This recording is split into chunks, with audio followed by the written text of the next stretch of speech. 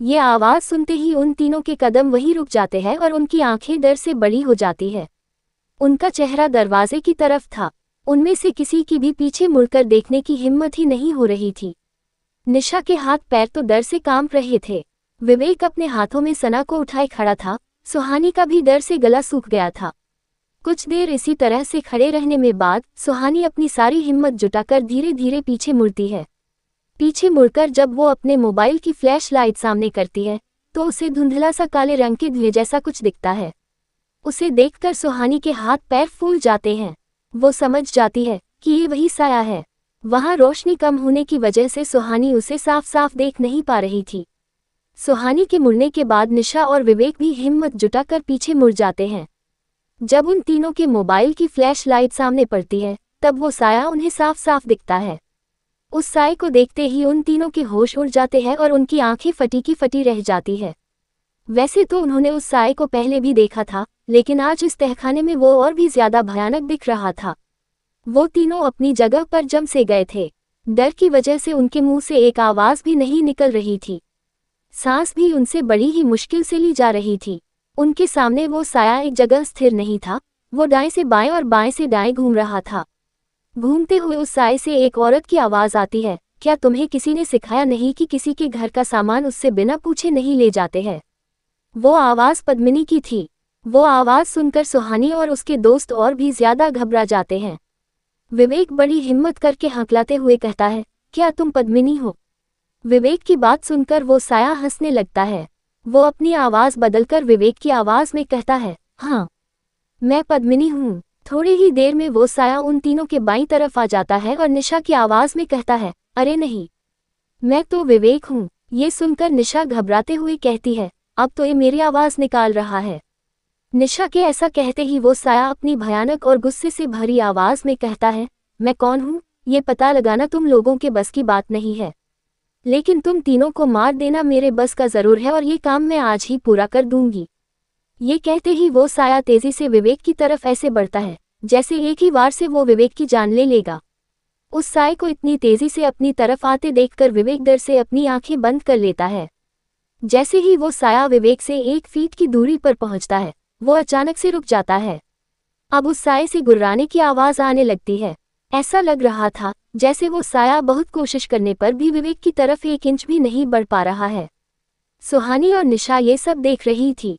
कुछ देर बाद विवेक भी अपनी आंखें खोलता है। उस साए को अपने इतने करीब देखकर वो और भी ज्यादा घबरा जाता है। वो साया पास से और भी ज्यादा भयानक दिख रहा था। विवेक को ये समझने देर नहीं लगती कि वो साया रुद्राक्ष की वजह से उसे छू नहीं पा रहा है। वो साया अब निशा पर अटैक करने की कोशिश करता है, लेकिन वहां भी उसकी हार होती है। वो निशा से 1 फीट की दूरी पर आकर वह रुक जाता है। ये देखकर निशा और विवेक को थोड़ी राहत मिलती है। उन्हें समझ आ जाता है कि वो साया उन्हें नहीं मार सकता, लेकिन वो सुहानी के बारे में सोचकर घबरा जाते हैं क्योंकि सुहानी के गले में कोई रुद्राक्ष नहीं था। अब बारी सुहानी की थी। वो साया अब तक ये तो समझ चुका था कि किसी वजह से वो उन लोगों को नुकसान नहीं पहुंचा पा रहा है। वो और भी गुस्से में आ जाता है। विवेक ऊंची आवाज में कहता है, सुहानी जल्दी निकलो यहाँ से। विवेक के ऐसा कहते ही जमीन पर खोपड़ी के पास रखा एक धारदार चाकू अपने आप हवा में ऊपर उठ जाता है और अगले ही पल वो चाकू घूमते हुए बड़ी तेजी से सुहानी की तरफ आने लगता है, मानो किसी ने उस चाकू से सुहानी पर वार किया हो। सुहानी उस चाकू को अपनी तरफ आते देख डरकर अपनी आंखें बंद कर लेती है। उसे लगता है जैसे आज वो इससे बच ही नहीं पाएगी। विवेक और निशा भी घबराकर जोर से चीख पड़ते हैं, सुहानी। जैसे ही वो चाकू घूमते हुए सुहानी के चेहरे के पास पहुंचता है, एक हाथ उस चाकू को पकड़ लेता है। अब वहां बिल्कुल खामोशी छा जाती है। कुछ देर बाद जब सुहानी को एहसास होता है कि अब तक उसे कुछ भी नहीं हुआ है, वो धीरे धीरे अपनी आंखें खोलती है। आंखें खोलते ही सुहानी को अपने चेहरे के सामने चाकू पकड़ा हुआ खून से लथपथ हाथ दिखता है। सुहानी को समझने में देर नहीं लगती कि इसी हाथ की वजह से वो अब तक जिंदा है। सुहानी अपनी बाईं तरफ देखती है। वहां युवराज खड़ा था, जो गुस्से से सामने देख रहा था। युवराज ने अपने बाएं हाथ से सुहानी को पकड़ रखा था और अपने दाएं हाथ से उस चाकू को। युवराज के हाथ में चाकू का धार वाला हिस्सा था, जिस वजह से उसकी हथेली चाकू से कट गई थी और उससे खून बह रहा था। निशा और विवेक भी ये सीन देखकर सकते में आ गए थे। सुहानी युवराज की हथेली पर खून देखकर घबरा जाती है। वो कुछ कहने ही वाली होती है, तभी युवराज बड़ी सख्ती के साथ कहता है, निकलो यहाँ से अभी। युवराज को वहां देखकर वो साया एक बहुत ही भयानक आवाज के साथ वहां से चला जाता है। ऐसा लग रहा था जैसे वो साया युवराज से उलझना नहीं चाहता हो। युवराज सना को विवेक की गोद से अपनी गोद में लेता है और तहखाने के दरवाजे की तरफ बढ़ जाता है। कुछ ही देर में वो चारों सना को लेकर तहखाने से बाहर निकल जाते हैं और सिंघनिया मेंशन के दरवाजे की तरफ बढ़ते हैं। बाहर निकलते हुए सुहानी की नज़र वहां लगे एक पेंटिंग पर जाती है। उस पेंटिंग को देखकर सुहानी के कदम वहीं रुक जाते हैं और वो बड़े गौर से उस पेंटिंग को देखने लगती है। सभी सिंघानिया मेंशन से बाहर जा रहे थे लेकिन सुहानी नहीं। वो उस पेंटिंग में खो सी गई थी। सुहानी को अपने साथ न आते देख युवराज पीछे मुड़कर देखता है। सुहानी अभी भी उस पेंटिंग के पास खड़ी थी। युवराज गुस्से में सुहानी से कहता है, क्या तुम फिर से अपने साथ सबकी जान खतरे में डालना चाहती हो? युवराज की आवाज़ सुनकर निशा और विवेक की नज़र भी सुहानी पर जाती है। विवेक भागते हुए सुहानी के पास आता है और उसका हाथ पकड़कर खींचते हुए मेंशन के बाहर ले जाता है। सिंघानिया मेंशन से बाहर निकलकर वो चारों चैन की सांस लेते हैं। विवेक हौंफते हुए कहता है, मुझे तो लगा था कि आज मेरी जिंदगी का आखिरी दिन होगा। निशा विवेक की बात से सहमत होकर कहती है, मुझे तो अभी भी यकीन नहीं हो रहा है कि मैं जिंदा हूँ। वो साया कितना भयानक था। सुहानी की नज़र युवराज के हाथ की उस चोट पर बनी हुई थी। वो विवेक से कहती है, विवेक प्लीज जरा सना को पकड़ो। विवेक और निशा के साथ युवराज को भी समझ नहीं आ रहा था कि सुहानी ऐसा क्यों कहा रही है। विवेक सुहानी की बात मानकर युवराज से सना को अपनी गोद में ले लेता है। सुहानी बिना कुछ कहे युवराज का हाथ पकड़ती है और उसकी चोट को देखने लगती है जो चाकू से युवराज को लगी थी। उस चोट से अभी भी काफी खून बह रहा था। ये देखकर सुहानी के साथ साथ निशा और विवेक भी परेशान हो जाते हैं। निशा अपने जीन्स के पॉकेट में हाथ डालती है और एक सफ़ेद रुमाल निकालकर सुहानी को देते हुए कहती है, सुहानी इसे अभी के लिए युवराज सर के हाथ में बांध दे, शायद इससे खून बहना कुछ कम हो जाए, बाद में हम हॉस्पिटल जाकर ड्रेसिंग करवा लेंगे। युवराज अपना हाथ पीछे लेते हुए कहता है, इसकी कोई ज़रूरत नहीं है। निशा अजीब सी नज़रों से युवराज को देखती है और सुहानी से कहती है, सुहानी जल्दी कर। सुहानी फिर से युवराज का हाथ पकड़कर उसके हाथ में वो रुमाल बांध देती है। रुमाल बांधते हुए सुहानी के चेहरे पर दर्द के भाव के थे। उसे एहसास था कि युवराज को ये चोट उसकी वजह से ही लगी है। वहीं सुहानी को अपनी इतनी फिक्र करते देख युवराज को एक अलग ही एहसास हो रहा था। सुहानी के छूने से हमेशा की तरह उसके दिल की धड़कन बढ़ गई थी। निशा और विवेक भी सुहानी को इस तरह से युवराज की फिक्र करते हुए नोटिस कर रहे थे। अब उन्हें भी ये समझ आने लगा था कि सुहानी के मन में युवराज के लिए फीलिंग टाइम के साथ बढ़ती जा रही है। ये सब चल ही रहा था, तभी उन सबको पुलिस की सायरन सुनाई देती है। निशा परेशान होकर कहती है, बस इनकी ही कमी थी। अब पुलिस यहाँ क्या कर रही है? सुहानी भी परेशान होकर कहती है, अगर पुलिस यहाँ आ गई और उन्होंने हमें यहाँ पर सना के साथ देख लिया तो उन्हें लगेगा कि सना को हमने ही किडनैप किया है, और शायद यहाँ होने वाले मर्डर्स के लिए भी वो हमें ही रिस्पॉन्सिबल समझे। निशा फिर से कहती है, अब हम क्या करें? वो सब अभी भी सिंघानिया मेंशन के मेन गेट के बाहर ही खड़े हैं। युवराज निशा और सुहानी की बातें सुन रहा था। वो सुहानी और निशा से कहता है, मैं सना को लेकर यहाँ से जा रहा हूँ, विवेक भी मेरे साथ जाएगा, तुम दोनों पुलिस को हैंडल करो। युवराज के मुंह से ऐसा सुनते ही निशा और सुहानी हैरानी से उसे घूरने लगते हैं। निशा लगभग रोते हुए कहती है, युवराज सर, ये आप क्या कह रहे हैं? आप आधी रात में 2 लड़कियों को पुलिस के पास भेज रहे हैं। युवराज अपने एटीट्यूड में जवाब देता है, बहुत शौक है ना तुम दोनों को क्रांतिकारी बनने का, तो जाओ अब पुलिस से भी डील करो। अब निशा और सुहानी का चेहरा देखने लायक हो गया था। विवेक को भी युवराज का ऐसा करना समझ नहीं आ रहा था। वो भी कंफ्यूज होकर युवराज को ही देख रहा था। उनकी परेशानी को समझते हुए युवराज कहता है, डोंट वरी, इस वक्त केवल एसपी अर्नव सिंह ही यहाँ आ सकता है। अगर तुम उसे किसी तरह से कन्वेंस कर लोगे तो वो तुम दोनों को सेफली हॉस्टल छोड़ देगा। वहां से मेरा ड्राइवर तुम दोनों को मुझ तक पहुंचा देगा। ये कहकर युवराज और विवेक सना को लेकर वहां से चले जाते हैं। निशा और सुहानी उन दोनों को जाते हुए देखते रह जाते हैं। निशा दुखी होकर कहती है, यार सुहानी, मुझे तो युवराज सर जेंटलमैन टाइप के लगते थे, मुझे नहीं लगा था कि वो आधी रात में 2 लड़कियों को ऐसे छोड़कर चले जाएंगे। सुहानी भी युवराज की तरफ देखते हुए कहती है, मुझे भी। कुछ ही देर में युवराज सुहानी और निशा की आंखों से ओझल हो जाते हैं। सुहानी और निशा अब भी एकटक उसी तरफ देख रहे हैं जिस तरफ से युवराज गया था। वो दोनों उदास होकर वहीं खड़े थे, तभी एक हाथ निशा के कंधे पर आता है। उस हाथ के छूते ही निशा जोर से चीख पड़ती है। निशा के चीखने पर सुहानी भी चीखने लगती है। दोनों चीखते हुए जब पीछे मुड़ती है तो उन्हें अपने सामने अर्नव दिखता है। वहां अर्नव और गोपाल अपने कान बंद करके खड़े थे। अर्नव को वहां देखकर निशा और सुहानी चीखना बंद कर देती हैं। निशा अर्नव को देखकर फेक स्माइल देने लगती है। अंदर से तो वो बहुत ही ज्यादा डरी हुई थी, लेकिन अपने डर को छुपाने की एक नाकाम कोशिश वो जरूर कर रही थी। सुहानी इस वक्त बिल्कुल शांत खड़ी थी। निशा उसी फेक स्माइल के साथ अर्नव से कहती है, एस.पी. सर, आप यहाँ इस वक्त क्या कर रहे हैं? अर्नव उन दोनों को शक भरी नजरों से देखते हुए कहता है, वही तो मैं भी जानना चाहता हूँ। तुम दोनों इस वक्त यहाँ क्या कर रही हो? निशा टॉपिक बदलने की कोशिश करते हुए कहती है, सर, आप यहाँ फिर से सुसाइड करने तो नहीं आए हैं ना? निशा की ये बात सुनकर सुहानी और गोपाल अपना मुंह बनाकर निशा को देखने लगते हैं। गोपाल हैरान होकर अर्नव से कहता है, सर आप सुसाइड? अर्नव गुस्से में निशा और सुहानी से कहता है, आखिरी बार पूछ रहा हूँ, तुम दोनों यहाँ क्या कर रही हो? इस बार अगर तुम दोनों ने मुझे सही जवाब नहीं दिया तो दोनों को जेल में डाल दूंगा। निशा अर्नव की बात सुनकर बहुत घबरा जाती है। कुछ सोचकर वो हकलाते हुए कहती है, सर, हम लोग यहाँ इसलिए हैं क्योंकि हम ट्रूथ एंड डेयर खेल रहे थे। अर्नव कंफ्यूज होकर कहता है, क्या?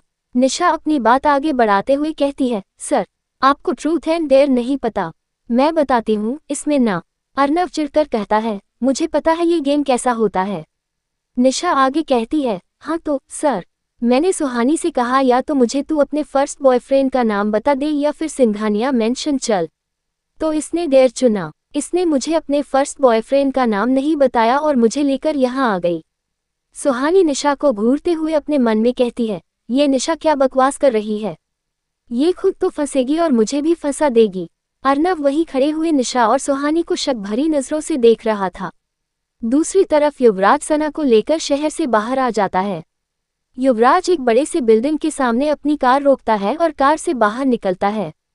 युवराज कार की बैकसीट से सना को लेकर बिल्डिंग के अंदर जाने लगता है। विवेक को कुछ समझ नहीं आ रहा था कि वो कहाँ आ गया है, लेकिन फिर भी वो युवराज से बिना कोई सवाल किए उसके पीछे पीछे चल रहा था। वो दोनों उस बिल्डिंग के 3rd फ्लोर के एक अपार्टमेंट में जाते हैं। विवेक चुपचाप युवराज के पीछे चल रहा था। युवराज सना को एक कमरे में ले जाकर उसे बेड पर लिटा देता है। विवेक सवालिया नजरों से युवराज को ही देख रहा था। युवराज उसके मन में चल रहे सवाल को समझते हुए कहता है, डोंट वरी, ये मेरा ही घर है। हम शहर से बाहर हैं, इसलिए यहाँ हमें उस साए से कोई खतरा नहीं है। अब बस हमें सना के जागने का इंतजार करना होगा, जिससे हमें ये पता चले कि आखिर इसके साथ क्या हुआ था। अब युवराज और विवेक सना के जागने का इंतजार कर रहे थे। तभी युवराज को कुछ याद आता है और वो अपना मोबाइल निकालकर किसी को कॉल करता है। दरअसल उसने अपने ड्राइवर को कॉल किया था। युवराज अपने ड्राइवर से कहता है, सेंट थॉमस हॉस्टल के बाहर से 2 लड़कियों को पिक करके शहर के बाहर वाले अपार्टमेंट में ले आओ। मोबाइल से ड्राइवर की आवाज आती है, ओके सर। इधर सिंघानिया मेंशन के बाहर अर्नव के सामने निशा और सुहानी खड़े थे। अर्नव उन्हें शक भरी नजरों से देख रहा था और वो दोनों अर्नव से अपनी नजरें चुरा रही थी। निशा तो अब हार मान चुकी थी। उसे समझ आ गया था कि वो अर्नव को अपनी बातों में नहीं उलझा सकती। सुहानी निशा की बात को संभालते हुए कहती है, सर, निशा सच कह रही है। हम दोनों एक गेम खेल रहे थे। निशा ने मुझे डेयर दिया था कि मैं रात में सिंघानिया मेंशन तक जाकर दिखाऊं, और मैंने निशा से कहा कि मैं मेंशन तक सिर्फ तभी जाऊंगी जब वो मेरे साथ चलेगी। इसीलिए हम दोनों यहाँ आ गए। अर्नव अब भी सुहानी और निशा को एकटक देख रहा था।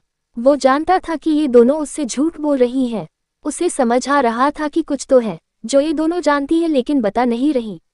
लेकिन इतने सालों के एक्सपीरियंस से अर्नव ये भी अंदाजा लगा लेता है कि ये दोनों उन मर्डर्स में तो इन्वॉल्व नहीं है। अर्नव ये सब सोच ही रहा था, तभी उसके पीछे खड़ा गोपाल कहता है, सर, मुझे लगता है कि ये दोनों सच कह रही हैं। आजकल के बच्चे तो डेयर के नाम पर पता नहीं क्या क्या कर लेते हैं। एक बार मेरे छोटे भाई ने इस गेम के चक्कर में मुझे गंजा कर दिया था। गोपाल के ऐसा कहते ही निशा की हंसी छूट जाती है। निशा को हंसते देख गोपाल शर्मिंदा हो जाता है। उसे एहसास होता है कि उसने गलत जगह पर गलत बात कही है। सुहानी निशा को घूर कर देखती है। सुहानी के ऐसे देखने पर निशा अपनी हंसी कंट्रोल कर लेती है। ये सब चल ही रहा था तभी अर्नव को फिर से वही फुसफुसाती हुई आवाज सुनाई देती है, ये दोनों झूठ बोल रही है। इन्हें पता है कि सना कहाँ है। अर्नव हैरानी से अपने आसपास देख रहा था। उसे कुछ भी समझ नहीं आ रहा था। अर्नव का ऐसा बर्ताव देखकर निशा धीमी आवाज में सुहानी से कहती है, बेचारे अर्नव सर, काम के प्रेशर से इनका दिमागी संतुलन हिलने लगा है। कभी बेचैन होकर इधर उधर देखने लगते हैं, तो कभी सुसाइड करने के लिए कुएं के पास चले जाते हैं। ये पुलिस की नौकरी भी बहुत डेंजरस है यार। सुहानी निशा की बातों से इरिटेट हो जाती है। वो गुस्से में निशा को घूर कर कहती है, तू प्लीज चुप रहेगी। सुहानी को गुस्से में देखकर निशा चुप हो जाती है। सुहानी अर्नव से कहती है, सर आप ठीक हैं ना। सुहानी की बात सुनकर अर्नव का ध्यान उस फुसफुसाती आवाज से हट जाता है। वो उन दोनों से कहता है, चलो मैं तुम दोनों को हॉस्टल ड्रॉप कर देता हूँ। यहाँ आए दिन मर्डर हो रहे हैं। तुम दोनों का ऐसे इतनी रात को बाहर घूमना सेफ नहीं है। ये कहकर अर्नव अपनी कार की तरफ बढ़ जाता है। गोपाल भी अर्नव के पीछे चला जाता है। निशा कंफ्यूज होकर अर्नव को जाते हुए देख रही थी। तभी सुहानी निशा का हाथ पकड़कर अर्नव और गोपाल के पीछे जाती है। अर्नव जानता था कि सुहानी और निशा उससे कुछ छुपा रही है, लेकिन इस वक्त वो अपना पूरा ध्यान उन हॉस्टेजेस को ढूंढने में लगाना चाहता था। इसलिए वो इन दोनों को बाद में हैंडल करने का डिसीजन लेता है। अर्नव सुहानी और निशा को पुलिस कार से लेकर हॉस्टल की तरफ बढ़ जाता है। गोपाल कार ड्राइव कर रहा था और अर्नव कार की फ्रंट सीट पर बैठा था। निशा और सुहानी कार की बैक सीट पर बैठी थी। कार के अंदर बिल्कुल खामोशी थी। उस सन्नाटे के बीच अर्नव का मोबाइल बजता है।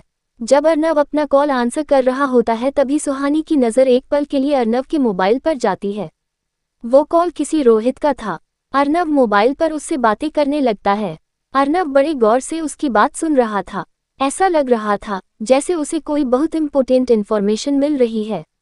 कुछ देर शांत होकर सोचने के बाद अर्नव कहता है, वायरल कर दो। ये कहकर अर्नव फोन कट कर देता है। कार में किसी को भी समझ नहीं आ रहा था कि अभी अभी अर्नव ने किससे और क्या बात की। कुछ ही देर में police car Saint Thomas hostel आ जाता है। हॉस्टल पहुंचकर निशा और सुहानी कार से बाहर निकलते हैं। सुहानी बाहर निकलकर अर्नव से कहती है, sir thank you so much. Arnav बहुत ही सख्त लहजे में कहता है, अगली बार अगर तुम दोनों मुझे इतनी रात में बाहर मिली तो बिना कोई सवाल किए दोनों को जेल में डाल दूंगा। सुहानी और निशा अपना सर झुकाए हुए कहती हैं, जी। अर्नव कहता है, अब अंदर जाओ और सुबह होने से पहले बाहर मत निकलना।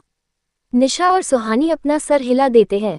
अर्नव गोपाल की तरफ देखता है। गोपाल अर्नव का इशारा समझकर कार आगे बढ़ा देता है।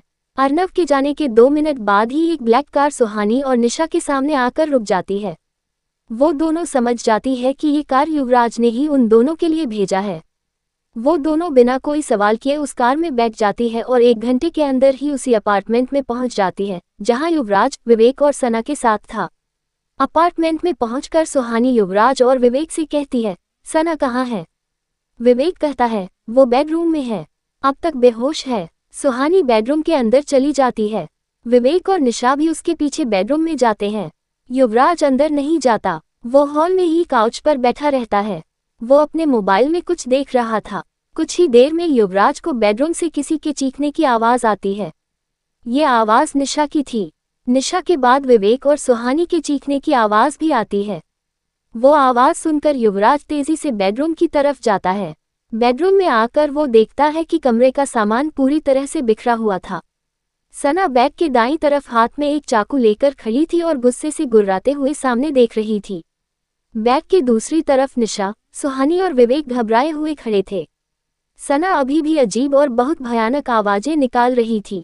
युवराज को ये समझने में 1 सेकंड भी नहीं लगता कि सना अभी भी उस साए के वश में है और वो उन सबको मारने की कोशिश कर रही है।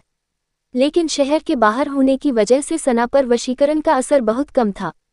सना उस चाकू को उन पर फेंकने के लिए अपना हाथ उठाती है, तभी युवराज बिजली की तेजी से सना के पास पहुंचता है और उसका हाथ पकड़ लेता है। युवराज बड़ी आसानी से सना से वो चाकू छीन लेता है। ये देखकर निशा और विवेक हैरान रह जाते हैं, क्योंकि कुछ देर पहले ही वो तीनों मिलकर भी सना को 1 सेकंड के लिए भी कंट्रोल नहीं कर पा रहे थे। लेकिन युवराज के लिए ये बिल्कुल भी मुश्किल नहीं था। निशा और विवेक युवराज की शक्तियों से बिल्कुल अनजान थे, लेकिन सुहानी नहीं। सुहानी जानती थी कि युवराज के लिए ऐसा कर पाना मुश्किल नहीं है। उसने युवराज को इससे भी बड़े कारनामे करते हुए देखा था। सना से चाकू छीनने के बाद युवराज उसके दोनों हाथों को दीवार से सटा देता है। सना के हाथ युवराज की पकड़ में दीवार से सिमटे हुए थे। सना युवराज की पकड़ से छूटने की कोशिश कर रही थी, बल्कि वो वहां से हिल भी नहीं पा रही थी। सना अपने पैर से युवराज को मारने की कोशिश कर रही थी और अपना सर झटकते हुए पागलों की तरफ चीख रही थी। युवराज अपना चेहरा सना के ठीक सामने ले आता है और फिर उसकी आंखों में देखते हुए कहता है, मेरी तरफ देखो। सना के शरीर में अभी भी बहुत ज्यादा ताकत थी। वो अभी भी छटपटा रही थी। एक नॉर्मल इंसान के लिए तो उसे कंट्रोल कर पाना लगभग इम्पॉसिबल था। अपना सर हिलाते हुए सना जैसे ही युवराज की आंखों में देखती है, उसका छटपटाना कम हो जाता है। युवराज की आंखों की पुतलियां अब लाल होने लगी थी। सना युवराज की उन आंखों को देखकर शांत होने लगती है। ऐसा लग रहा था मानो उस पर किए गए वशीकरण का असर अब कम होने लगा है। सुहानी, निशा और विवेक युवराज का चेहरा नहीं देख पा रहे थे, इसलिए उन्हें कुछ समझ नहीं आ रहा था। निशा और विवेक कन्फ्यूजन के साथ वहां खड़े थे। युवराज की आंखों में देखते हुए कुछ ही पलों में सना बिल्कुल शांत हो जाती है। सना की बॉडी अब लूज पड़ गई थी। ऐसा लग रहा था मानो अब उसमें बिल्कुल भी ताकत नहीं बची हो। सना की ये हालत देखकर युवराज उसे गोद में उठाकर बेड पर तकिए के सहारे बैठा देता है। सना धीरे धीरे होश में आती है। सुहानी फौरन किचन से उसके लिए एक ग्लास पानी लेकर आती है और उसे पिलाने की कोशिश करती है। निशा और विवेक थोड़ी दूर खड़े ये सब देख रहे हैं। उनकी सना के पास जाने की हिम्मत नहीं हो रही थी। कुछ देर आराम करने के बाद सना की हालत कुछ बेहतर होने लगती है। सुहानी सना के पास बैठकर उससे कहती है, अब बेटर फील हो रहा है। सना कुछ नहीं कहती, बस हाँ में अपना सर हिला देती है। वो अभी भी बहुत सहमी हुई सी लग रही थी। सना की पहले से बेहतर हालत देख सुहानी उससे कहती है, सना, तुम्हारे साथ क्या हुआ है? ये सवाल सुनते ही सना के चेहरे पर खौफ दिखने लगता है।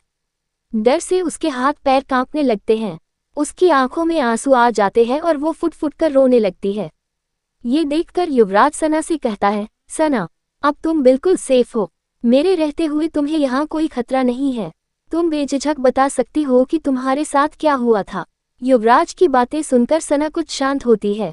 वो अपने आंसू पोंछते हुए कहती है, उस रात मैं अपनी पढ़ाई पूरी करके 10 बजे ही सो गई थी। उस रात नींद में मुझे ऐसा लग रहा था जैसे कोई औरत मेरा नाम लेकर मुझे बुला रही है।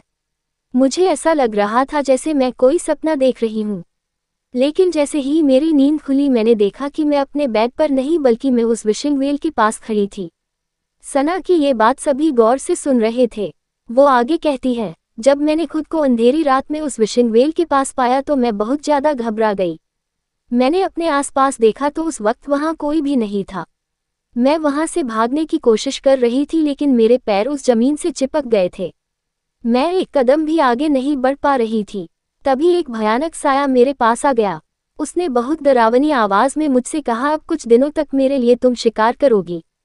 ये कहते ही उस साये ने मेरा गला पकड़कर मुझे जमीन से ऊपर उठा लिया और विशिंग वेल के अंदर फेंक दिया।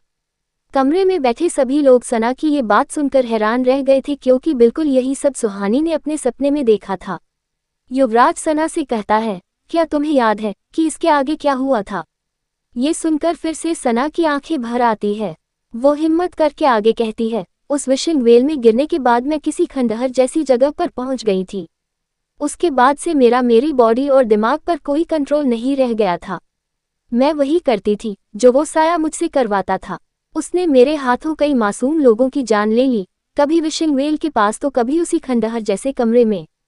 मैं ज्यादातर बेहोश ही रहती थी। मुझे होश केवल उस वक्त आता था जब मैं किसी की जान लेती थी। ये कहते हुए सना फुट फुट कर रोने लगती है। सभी को सना की कहानी सुनकर उसके लिए बहुत बुरा लग रहा था। युवराज सना से कहता है, अब तुम आराम करो, मैं तुम्हारे घर जाने का इंतजाम करता हूँ।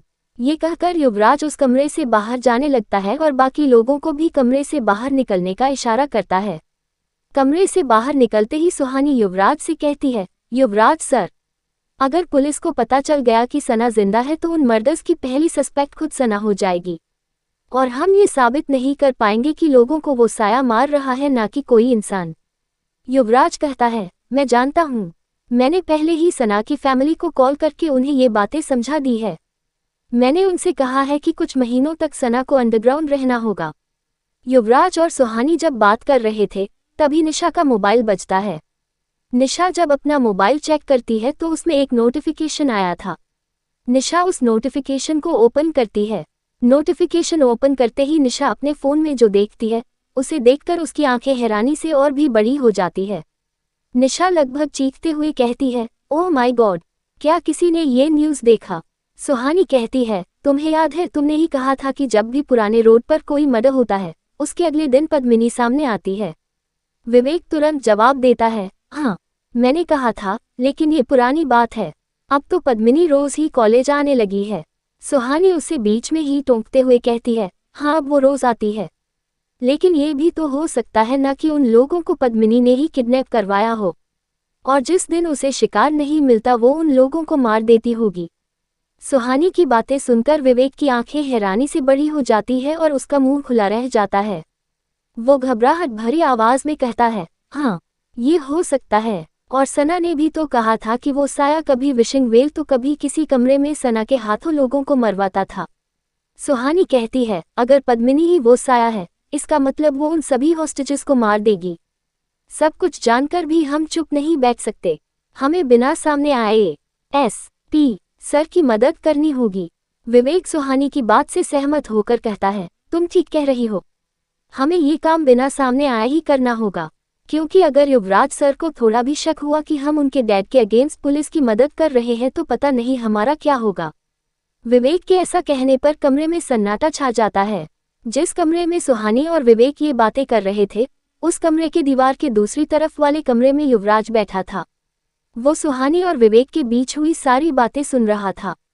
युवराज अपनी कोल्ड वॉइस में कहता है, तुमने ठीक कहा, मैं तुम लोगों को अपने डैड के अगेंस्ट पुलिस की मदद नहीं करने दूंगा।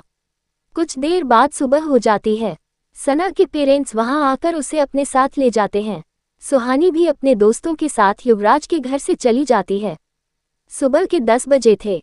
सुहानी, निशा और विवेक एक साथ कॉलेज पहुंचते हैं। जनवरी का महीना चल रहा था।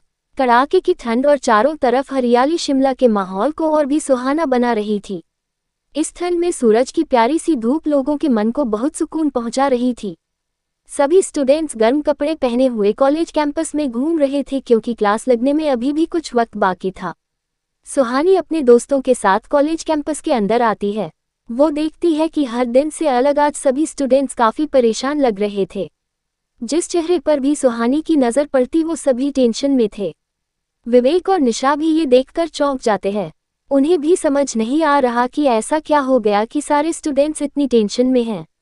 विवेक अपने पास से गुजर रहे एक लड़के को रोककर उससे कहता है, प्रवीण, क्या बात है, कॉलेज में सब इतने परेशान क्यों लग रहे हैं? प्रवीण विवेक का हाथ झटककर अपने कंधे से हटा देता है और कहता है, भाई परेशान मत कर, अभी दिमाग सही नहीं है। ये कहकर प्रवीण वहां से चला जाता है। निशा उसे अजीब सी नजरों से देखते हुए कहती है, इसे क्या हुआ? इसकी गर्लफ्रेंड किसी के साथ भाग गई क्या जो ऐसे रो रहा है? निशा ऐसा कहते हुए अपनी क्लासमेट रिया के पास जाती है। सुहानी और विवेक भी उसके साथ ही चलते हैं। निशा रिया से पूछती है, यार रिया, ये कॉलेज में सबको क्या हो गया है, सबका मुंह क्यों लटका हुआ है? रिया परेशान होकर कहती है, तुझे नहीं पता क्या? निशा बहुत ही कैजुअली कहती है, मुझे क्या नहीं पता? रिया टेंशन से भरी आवाज में कहती है, हमारा सेमेस्टर एग्जाम कब होने वाला था? निशा रिलैक्स होकर कहती है, नेक्स्ट मंथ।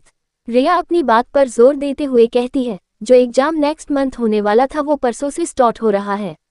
ये सुनते ही सुहानी और विवेक एक साथ चीखते हुए कहते हैं, क्या?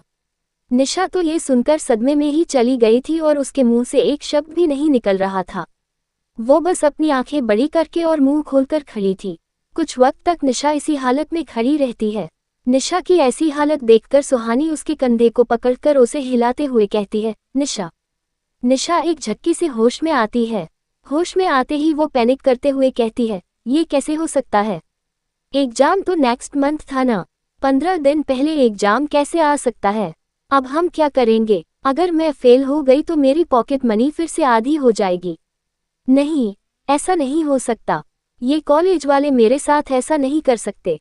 सुहानी और विवेक निशा को शांत करने की कोशिश करते हैं। विवेक अपने बैग से बॉटल निकालकर निशा को पानी पिलाता है। कुछ देर बाद निशा थोड़ी नॉर्मल होती है। कुछ देर पहले जो उदासी कॉलेज के बाकी स्टूडेंट्स के चेहरे पर थी, वही उदासी अब सुहानी, निशा और विवेक के चेहरे पर भी आ गई थी। तीनों कॉलेज के बड़े से हॉल में एक पिलर के पास खड़े थे। सुहानी इरिटेट होकर कहती है, ऐसे अचानक एग्जाम प्रीपोन करने की क्या वजह हो सकती है। विवेक और निशा भी इसी सोच में डूबे हुए थे। तभी प्रिंसिपल ऑफिस से पद्मिनी सिंघानिया बाहर निकलती है। उसने आज येलो कलर की साड़ी पहनी थी। उसके लंबे स्ट्रेट बाल खुले हुए थे। उसके चेहरे से साफ पता चल रहा था कि वो बहुत ही ज्यादा गुस्से में है। गुस्से से उसकी आंखें लाल हो गई थी और वो बहुत तेजी से चलते हुए कॉलेज के बाहर जा रही थी। उसे आते देख कॉलेज के स्टूडेंट्स डरकर उसके रास्ते से हटने लगते हैं। सुहानी की नज़र पद्मिनी के दाएं हाथ पर जाती है। उसके हाथ में एक पट्टी बंधी थी। उसे देखकर सुहानी अपने मन में कहती है, अजीब इत्तेफाक है। पद्मिनी सिंघानिया के उसी हाथ पर पट्टी बंधी है जिस हाथ पर कल युवराज सर को चोट लगी थी। सुहानी काफी टाइम से पद्मिनी और युवराज के बीच कोई कनेक्शन नोटिस कर रही थी और शायद उसे समझ भी आ रहा था कि उनके बीच ये कनेक्शन क्यों है और क्यों युवराज इस बारे में कोई बात नहीं करता। पद्मिनी गुस्से में कॉलेज के बाहर जा ही रही थी, तभी सामने से युवराज कॉलेज के अंदर आता है। अब पद्मिनी और युवराज आमने सामने थे।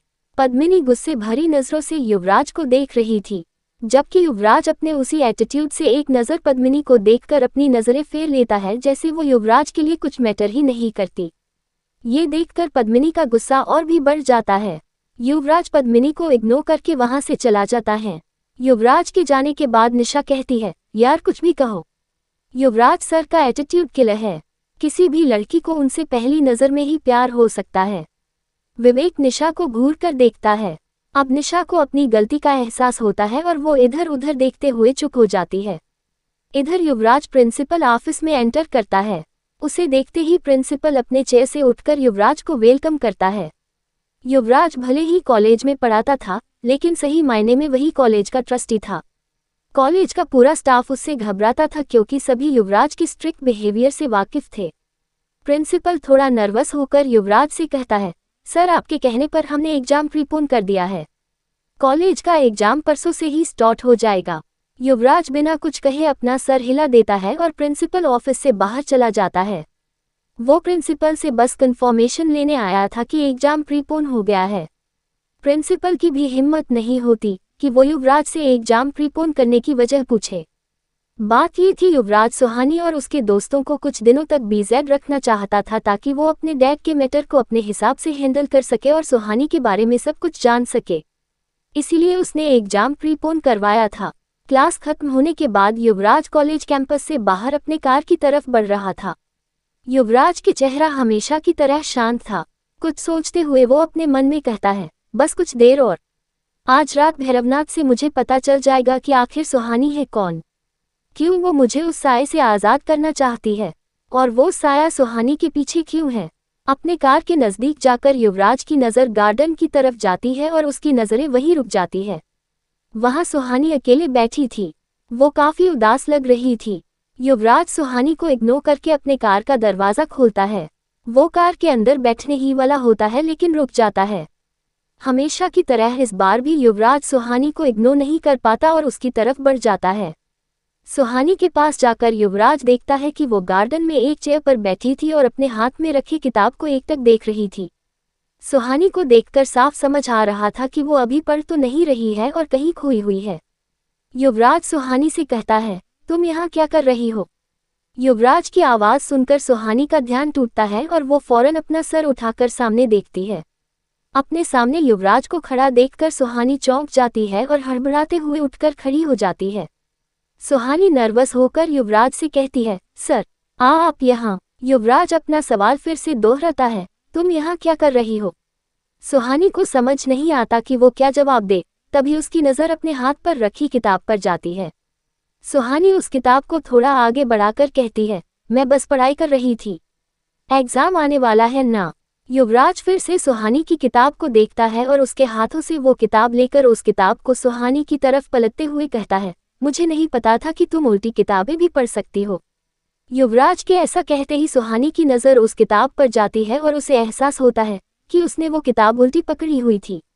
सुहानी युवराज के सामने काफी एम्बेरेस हो जाती है और अपनी नजरें इधर उधर दौड़ाने लगती है। लेकिन युवराज की नजरें अभी भी सुहानी पर टिकी हुई थी।